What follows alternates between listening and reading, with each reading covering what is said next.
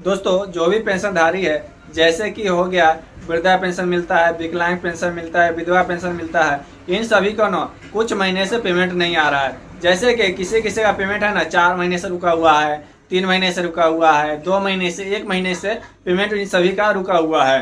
तो दोस्तों आज इस वीडियो के माध्यम से हम बताने वाले हैं कि आप इसका स्टेटस कैसे चेक करेंगे कि इनका पैसा किस कारणवश रुका हुआ है। क्या उनका केवाईसी नहीं हुआ है, क्या उनका डीबीटी लिंक नहीं है, या आधार के डिटेल्स में कुछ मिसमैच है जिसके कारण वह पैसा नहीं आ रहा है। तो दोस्तों इसका स्थिति चेक करने के लिए आप बैंक का पासबुक प्रयोग कर सकते हैं, आधार कार्ड और बेनिफिशियरी से भी आप चेक कर सकते हैं। तो दोस्तों इस वीडियो के माध्यम से सारी जानकारी स्टेप बाय स्टेप करके हम बताने वाले हैं कि पैसा क्यों नहीं आ रहा है, इसका क्या सोल्यूशन है।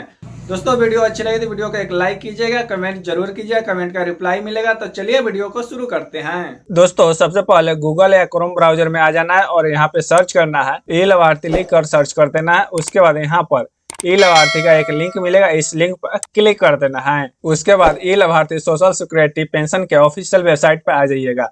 दोस्तों इस वेबसाइट का लिंक हम अपने डिस्क्रिप्शन में दे देंगे, डायरेक्ट लिंक पर क्लिक करके इसके ऑफिशियल वेबसाइट पर आ जाइएगा। दोस्तों यहाँ पे आपको 4 लिंक मिलेगा, यहाँ पे ब्लॉक के लिए दिया गया है और यहाँ से आप पेमेंट का स्टेटस चेक कर सकते हैं और यहाँ पे जीवन प्रमाणीकरण यानी केवाईसी कर सकते हैं और जिनका केवाईसी हो गया है उनका सर्टिफिकेट निकाल सकते हैं, प्रिंट लाइफ सर्टिफिकेट। यहाँ पे क्लिक करके जो आधार नंबर या बेनिफिशियरी नंबर से यहाँ से उनका सर्टिफिकेट निकाल लेंगे।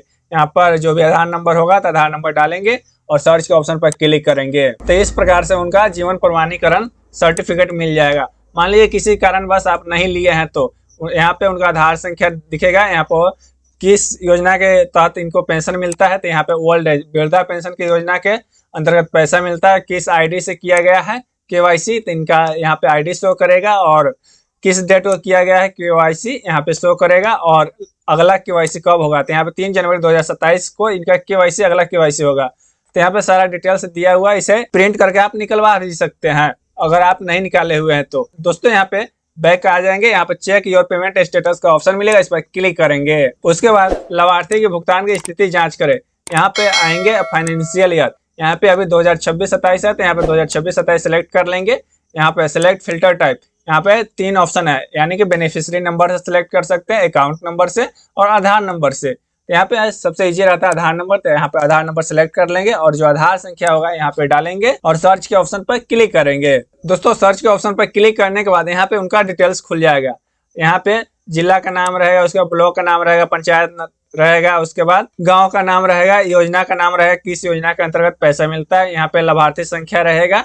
उसके बाद जो नाम है यहाँ पे शो करेगा, पिताजी का नाम शो करेगा यहाँ पर। उसके बाद जिला से सत्यापन लॉक है, यहाँ पे दिया हुआ लाभार्थी का जीवन प्रमाणीकरण स्थिति। तो यहाँ पे देख सकते हैं लाभार्थी का जीवन प्रमाणीकरण 3 जनवरी 2026 को 8:06 AM को सत्यापित हो गया है, यानी कि इनका ना जो केवाईसी है यह कंप्लीट हो गया है। तो इनको केवाईसी कराने की कोई जरूरी नहीं। और यहाँ पे बता दें कि इनका केवाईसी भी नहीं होगा, इनका केवाईसी जो अगला डेट होगा उस डेट को होगा, उससे पहले नहीं होगा। यहाँ पे अंतिम भुगतान, यहाँ पर अंतिम भुगतान की स्थिति मई 2026 माह ना और जून 2026 माह का पेमेंट प्रोसेस सक्सेसफुली। दोस्तों यहाँ पे हम बता दें कि जो मई का है ना पेमेंट वो अभी नहीं किया गया है और जून माह का पेमेंट ना प्रोसेस में है, सक्सेसफुली अभी नहीं हुआ है। दोस्तों यहाँ पे क्लियर कर दे कि इनका ना अभी पैसा 3 महीने से नहीं आया हुआ है। यहाँ पे मई का तो ना दिखा रहा है और जून का यहाँ पेमेंट प्रोसेस सक्सेसफुली दिखा रहा है, तो यहाँ पे अभी कोई पैसा नहीं इनका आया हुआ है। तो यहाँ पे हम चलते हैं